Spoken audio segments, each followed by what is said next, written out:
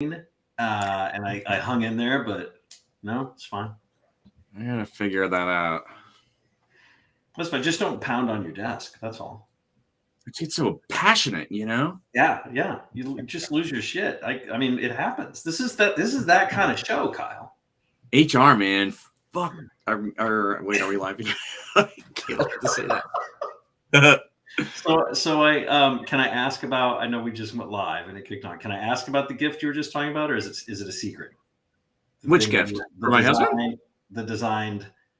Oh no, that's not a secret at all. I didn't want to spoil it. Yeah, no, he knows. So are you designing it to put this in your house, or is this? Yeah. No, I already did design it. I don't know if you can see that. Oh wow! Cool. Oh, I got it. Yep, that looks lovely. Yeah. And putting in a couple of wine fridges underneath there for all the stuff that needs to stay at a certain temp. Yeah. That's fantastic. Yeah, it was really cool. And little pro tip, I mean, because the counters are absolutely gorgeous. We got them out of the scraps of a counter place. You buy the whole slab for custom counters. You don't use the whole slab. We got it for $20 a foot. So I think it was like $250, $300 for those stones. It was awesome. That's great. Yeah. I feel like, are you going to do a fast forward TikTok style video of how I built a 500 capacity wine? No, I did not build that. Let's be clear. I just designed it on it's a pretty cool little piece of software. Just designed it on my tablet. Oh, and then I pointed at it because I have there are a bunch of carpenters and handy people in Brian's family, and so I was like, "This is what I want. See, can you do this?" I think that works out quite. There is a skill in that too, though, right? Yeah, there's a skill in that. It was closing a gap. Brian doesn't conceptualize well. He needs to see to respond. So I also was helping him to see what I was doing for him. Huh. Well, yeah, that makes sense. It's a good partnership. It's good teamwork. And it's really cool. If you guys are into it, I mean, you're doing projects at your place in Bastrop, Chris. Like it'll do a 3D render too. So you'll lay it out in the CAD, and then it'll actually do a render that so you can look at it from multiple angles, multiple sides, and take pictures of the model, and then it renders it in 3D and like looks like almost a picture. Oh, that is pretty cool. All right. Mm-hmm. I went to Container Store to get some. I'm turning a bedroom into a walk-in closet. Oh, cool! And they did exactly that. For his hat. It's for all of his hats. I was just about to ask, like, for your dresses, for your shoes, like, your fur? What are we putting in this closet? There's one part that might be my, Burning Man dresses, but other than that, it's hats. Never got Jerry to dress a muumuu and a tutu, but I don't. Oh, that's not true. The Lucy dress. That's not true. I supported Tutu Tuesdays. Why would you call a tutu a dress? I just don't know. I'm like afraid to go to Burning Man. I'm pretty good looking too. I don't know if I would come back from Burning Man's. Well, I don't know. I don't know how much longer we'll last. It's 3:00 on a Friday, and we're live streaming. But we do actually have a topic at hand. So are we ready to kind of jump into that? Yeah, let's do it. Okay, here we go. Welcome to the CXR channel, our premier podcast for talent acquisition and talent management. Listen in as the CXR community discusses a wide range of topics focused on attracting, engaging, and retaining the best talent. We're glad you're here.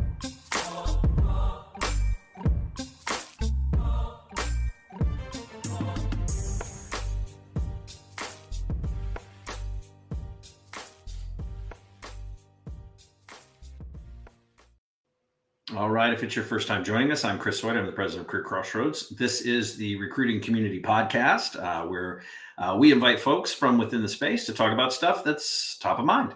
It is not usually wine cellars and construction, but you never know what you're going to get on here. If you are joining us live, we'd encourage you to jump into the chat stream. That is, I believe, going to be found on Facebook, LinkedIn, and YouTube directly, but we are also streaming to Twitter and a couple of other places. So you can check those out as well. If you're interested in learning more about Career Crossroads, you can just head to cxr.works. With that, I'm going to go ahead and invite my partner in crime in. Jerry, how are you today? Pleasant good afternoon to you. And Friday. It is indeed a pleasant. I don't know why we don't have wine already. I don't. Oh, oh man, I meant to. I'm sorry. Yeah. It hurts. My lazy ass hadn't gotten out of this chair in the last 3 hours. That could shorten this podcast considerably. Or lengthen it. So we got a wonderful guest today. I think first time on the show. We've known this dude for a while. Let's go ahead and bring him in from the green room. Kyle, how are you? Hi. I'm real good. This is my last call of the week. I am excited. Yeah. See, there's no excuse for us not to have any wine or something like that. We should have planned. I mean, if I start now, I don't think I'll end early. It'll be a late night. We'll leave it streaming as we put our heads on the table. Look, Kyle, before we jump in, for those who may not know who you are, I'm going to give you a chance to give a little bit of an escalator pitch as to who is Kyle over at Aptitude Research. Where did you come from? What do you do, and why should we care what you have to say today? Well, I don't know if you should, but I'll leave it for them to decide. But I'm Kyle Lagunas. I'm the head of research or head of strategy at Aptitude Research. And my job is to sit at the intersection of innovation and adoption and implementation to help vendors create more value-add solutions for HR and talent professionals, talent leaders. And then on the other side, help those talent and HR organizations utilize these things, navigate innovation cycles. I've been doing research in the space for about 12 years. I'm not the young spring chicken I used to be, but I've had a lot of fun along the way. I love it. Well, we're glad you joined us. Exciting stuff. Just a reminder for anybody who may have dialed in, we have the live chat stream running. So if you want to say hello, like Joe just did, howdy Joe out in Florida. If you want to chime in there, you can also throw in your LinkedIn profile if you want to network with each other. But we'll go ahead and throw you up on the screen. Let's do it for Joe since he's the first one. There we go. Where's our reaction for that? Nothing.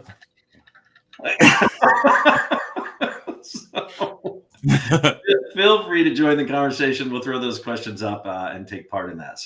So Kyle, the reason that you're working on some new research that we thought sounded kind of interesting and that we thought some folks would get a real kick out of. Do you want to share kind of a little bit about what's going on over at Aptitude Research? Yeah, absolutely. So we just released this research report called the New Wave of HR Transformation, and it is all about the state of automation in our space.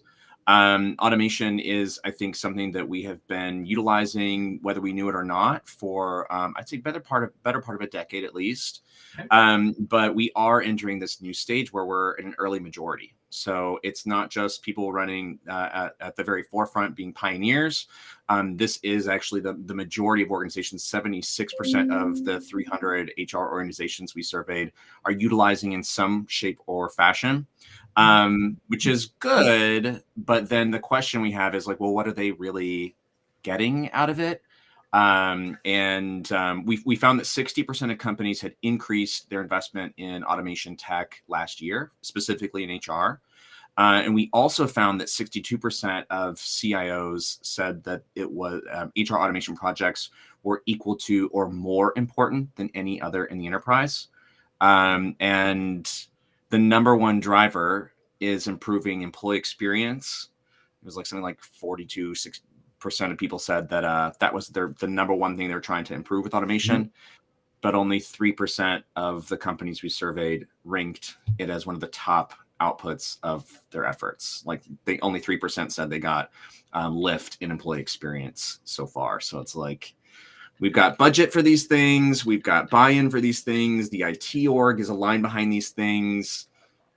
And HR is maybe going to shit the bed. Lagging. I think lagging was the term I would have picked. Well, they're struggling. Yeah, they're struggling. I mean, Chris, you've implemented some really innovative programs in your career. Jerry, you've been alongside folks doing the same thing, advising for a long time. I think we all know we've given HR and talent leaders have not needed to be the foremost technical expert in order to implement new ways of working, better ways of working. So with something like automation, this is where it gets different.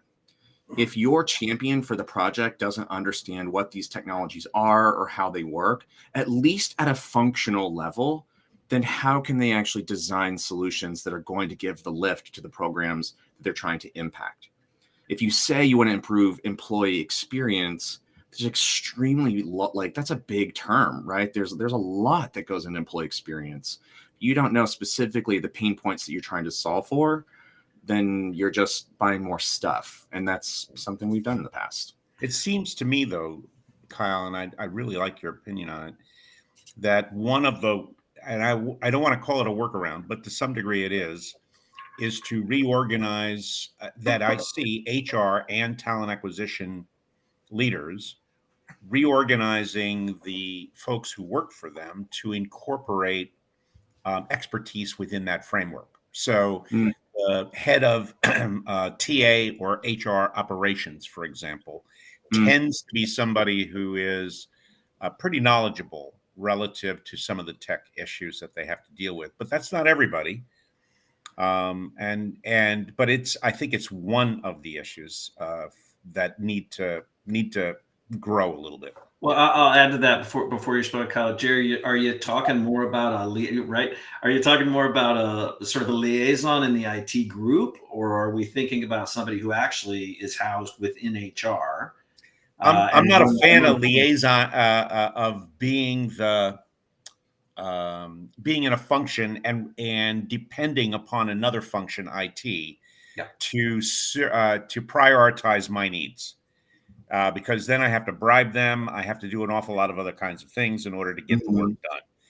And I've been there, done that. But exactly. But I do want someone who is knowledgeable enough and respected enough by their IT counterpart that fundamentally they can work with them to ensure that we aren't deprioritized, if you will.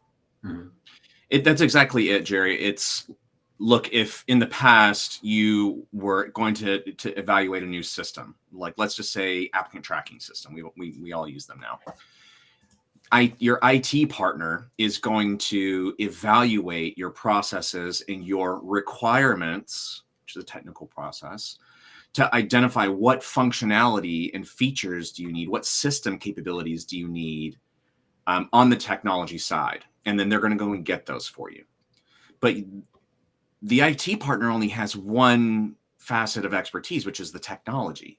If they don't understand your processes, if they don't understand your priorities, if they don't understand the nuances of your work, why it's challenging or why, they're not going to be looking at those requirements and saying, could we optimize this process instead of just automating it how it currently is?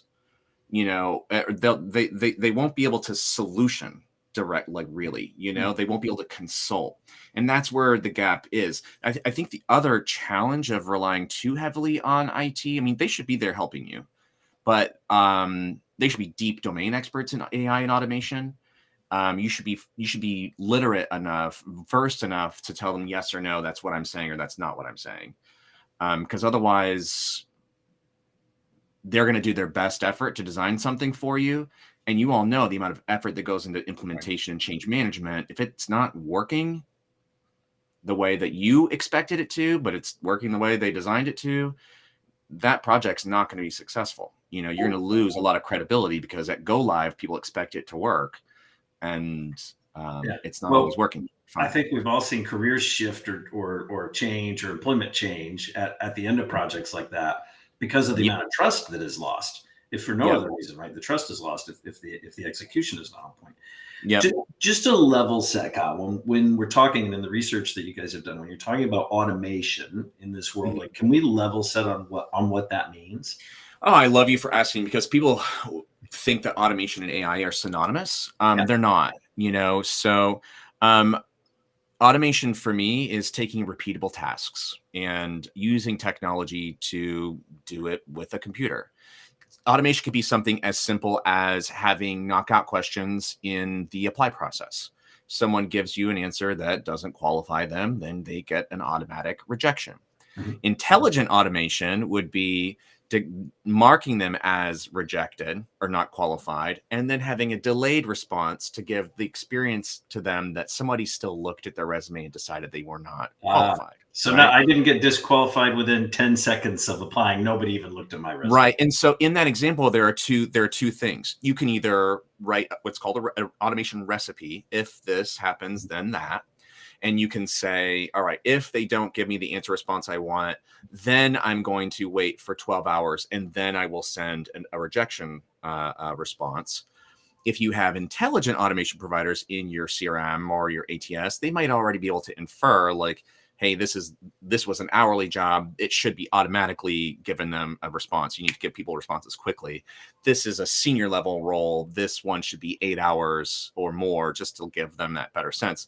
So automation is literally just moving a workflow automatically.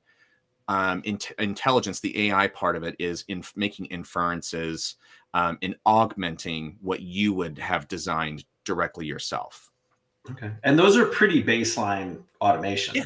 Those are pretty baseline automations.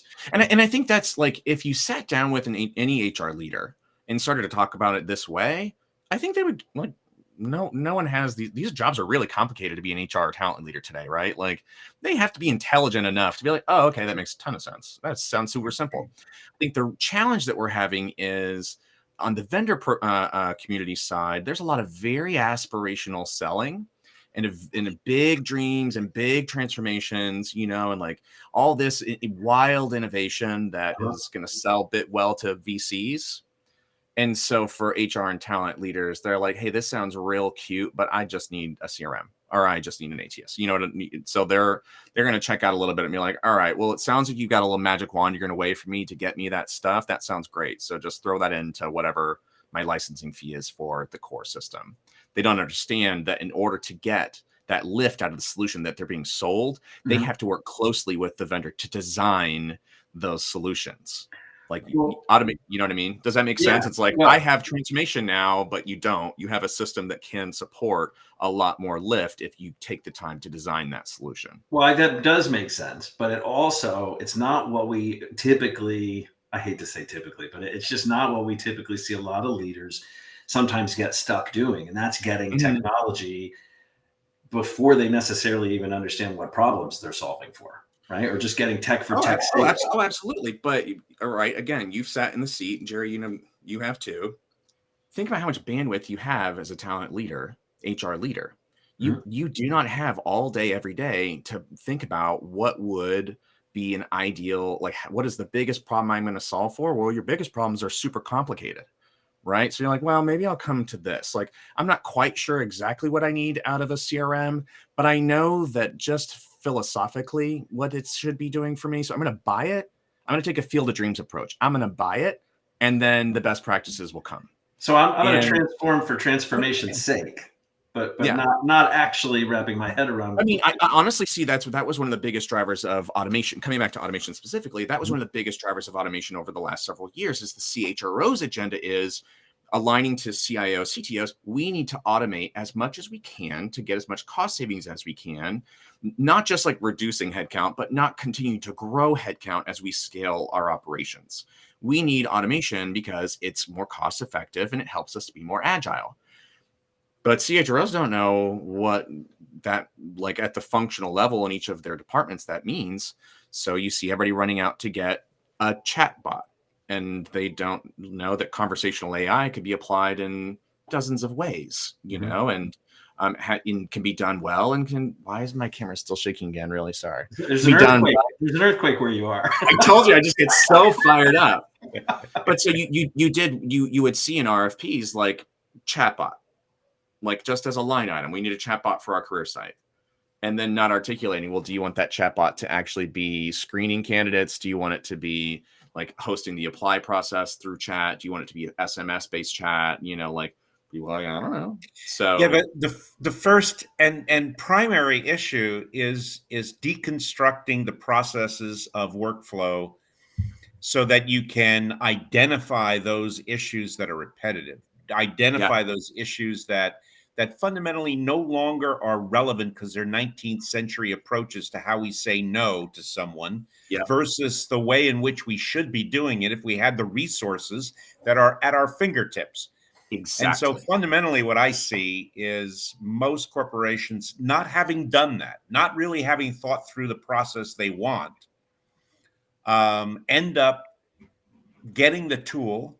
And then when that tool gets configured, they go, oh, I don't think we're ready for that. Just don't turn that feature off for now. Sits in the And closet. then by the time they're finished with all of that, they've forgotten the stuff they've got on and off, and the thing sucks. And Yeah, right. the recruiters are bitching about this ATS or this CRM or this application for market research or market recruitment marketing isn't working really well. And part of Right. it is the fundamental problem was no one really sat down with the group and then mapped on a board, old style, however you want to do it, what we do and what we really need to change with the help of those tools. Yeah, let me call this out End really, of really rant. quickly. So Joe, chime back in. Joe, we're glad you're still hanging out with us on a Friday. He's probably got a beer open. I have found that the effort to implement and maintain automated technologies is often underestimated. Yeah. Oh, it absolutely is, because it actually aligns perfectly what Jerry's saying. It's not just buying and implementing a piece of tech. It is an exercise in optimizing processes. So the reason why we titled this research "The Next Wave of HR Transformation" is because the last great wave was the move to cloud. And we thought moving to cloud was gonna be great. We could get more like best of breed solution. We could build our own stacks. It could be, we get end-to-end reporting, everything be integrated, da da da da. Well, all we really did was just move everything we had into a new It's the hosting cloud. model. Everything's in the a new cloud. new architecture. And it's like, all right, well, here we are in the cloud, but like, what did we actually solve for? And not a whole lot. And that's because the move to cloud was extremely complicated and took a lot of lift and alignment.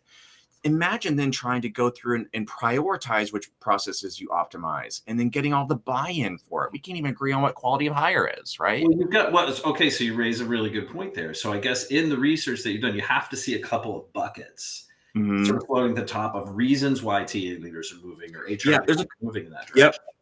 Yep. There's a few things. The first is HR, and just in spirit, in our function, we have a part of our job has been to protect the business. And so there is just an innate risk aversion in the HR organization. And so I think that any lack of I think the big gaps is like just fear factor for, how do we not introduce bias into this process? And it's like, well, automating like something as simple as interview scheduling doesn't really bring in bias, so that's safe.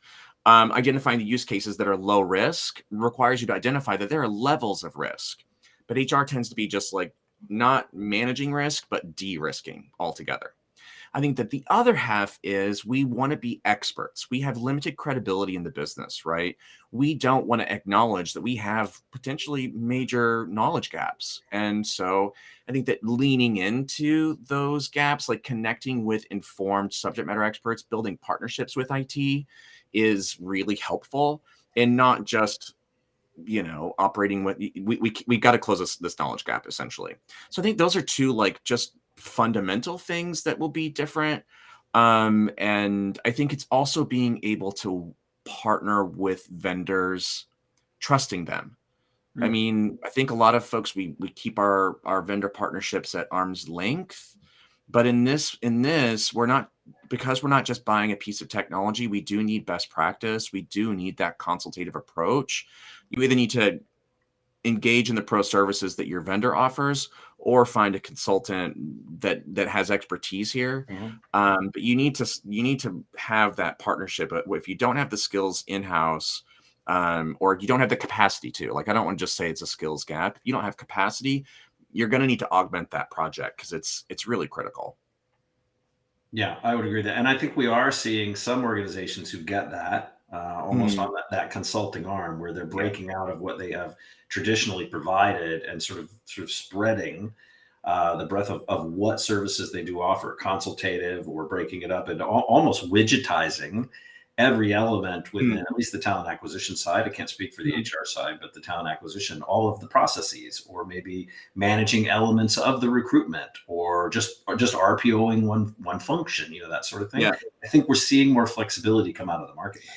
Kyle, I really want to ask you though, let's assume that we do it well, that people, think through their processes. They try to identify the right pieces for their tech stack that would complement where they want to go with those processes, and now they implement them. What would we see as an outcome that we should be measuring? And when I think about that, I think about, cost, quality, and time.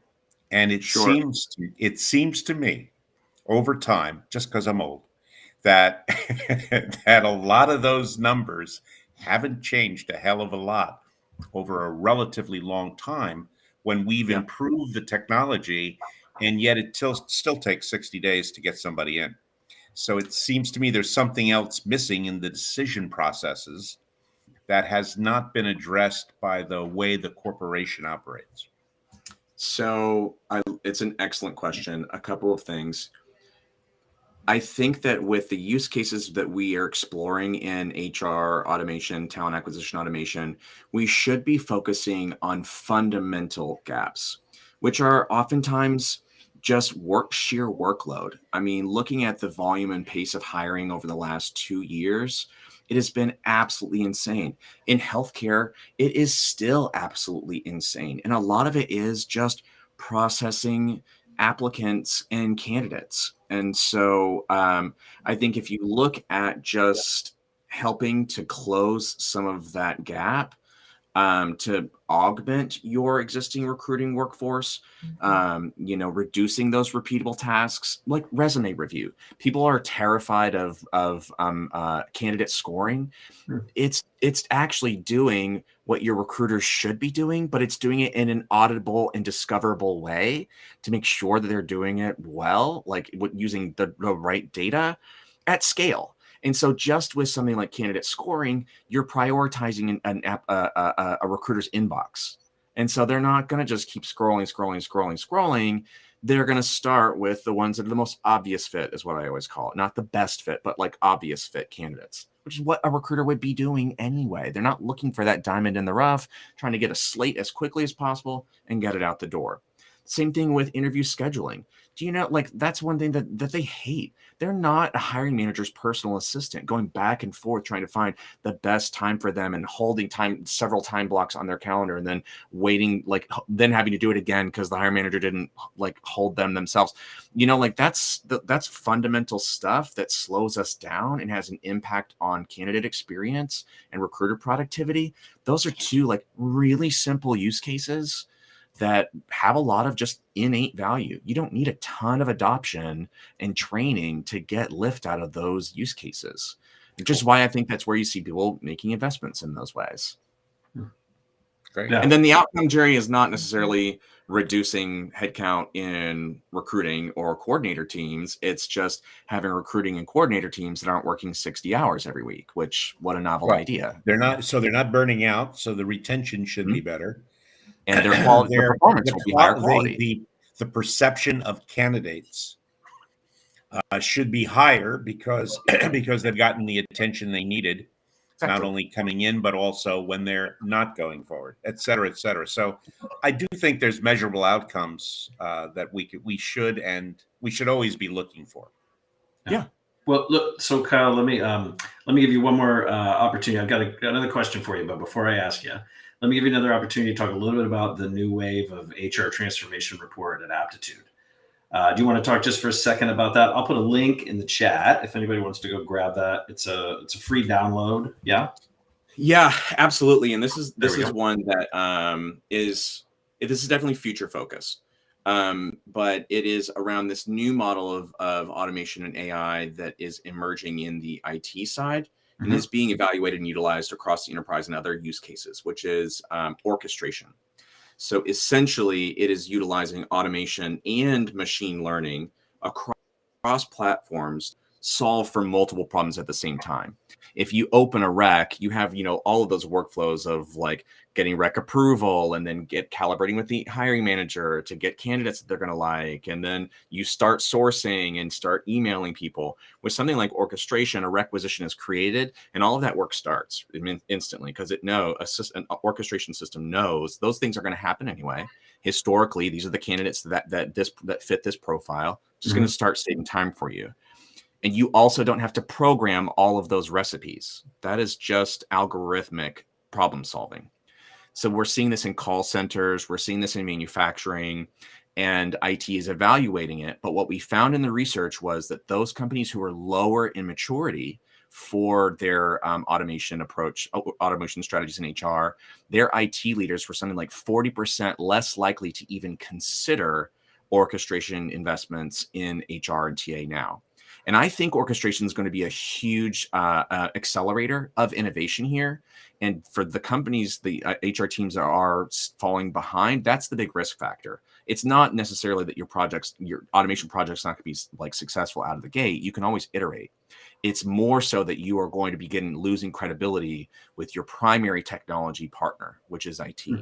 And so this model, I think we're probably about 5 years before we see it coming into that early majority stage, but it's already happening elsewhere in the enterprise. And that's something that we fail to look at in a lot of our tech analysis, is just focusing in work tech HR. This is something that's emerging in other markets. And I think it's something that could be a huge benefit for us that we need to be ready for. I love it. All right. And for those who are just on the audio and maybe not watching on video, it's aptituderesearch.com. It's exactly how it sounds. There's a research report section, so you can find that in their new wave of HR transformation. Kyle, I love your outlook on that. Let me ask you now, if you were going to write a book, your own book on this topic that you're so passionate about, what would the title of that book be today? God, I don't know. Something realness, honestly, because I don't think it's doom and gloom. I think it's all about getting real. Like, what are the real gaps in the HR talent acquisition organization? Mm-hmm. But some of them are not like if I were a practitioner leader, they're not my gaps. They're things that I'm going to have to overcome. So maybe it's just automation realness. It's like acknowledging you need to build better inroads with compliance and data security going like beforehand, because they're gonna have all kinds of questions. It's building relationships with IT beforehand, because they're gonna otherwise try and push you around. It's knowing who's doing actually what in the market. So when you go to build an RFP, you're gonna get what you need from the market. So probably something like that.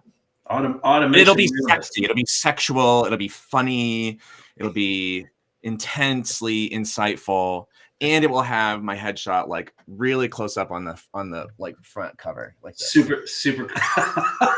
I'm having like a Just Jack flashback. Does anybody remember? I love that guy. Does anybody remember that guy?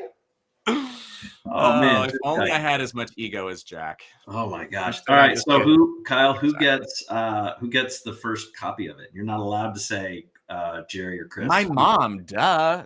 Oh, that's wonderful.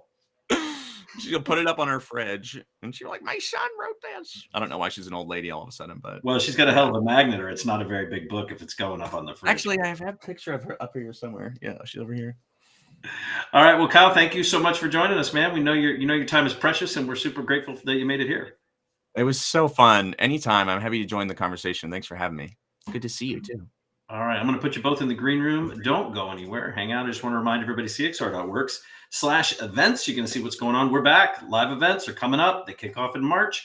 We're going to see you in person. We're on the road. We'll also be at a couple of conferences. And then, of course, I want to remind everybody, we launched it last week. If you enrolled in our new learning series, cxr.works/learning, if you enrolled in that last week when it was open to everybody, you can still go in. It's not necessarily open to anybody to newly enroll, but you can go in if you had already enrolled, and you can finish that work up. And I guess we'll just see you when we see you next time. We're doing it live. We'll see you Tuesday is our actually next live podcast. So we'll see you then. And I think we got another surprise podcast coming up in a few weeks. So stay tuned. Thanks for listening to the CXR channel. Please subscribe to CXR on your favorite podcast resource and leave us a review while you're at it. Learn more about CXR at our website, cxr.works, facebook.com and twitter.com/careercrossroads, and on Instagram at CareerXroads. We'll catch you next time.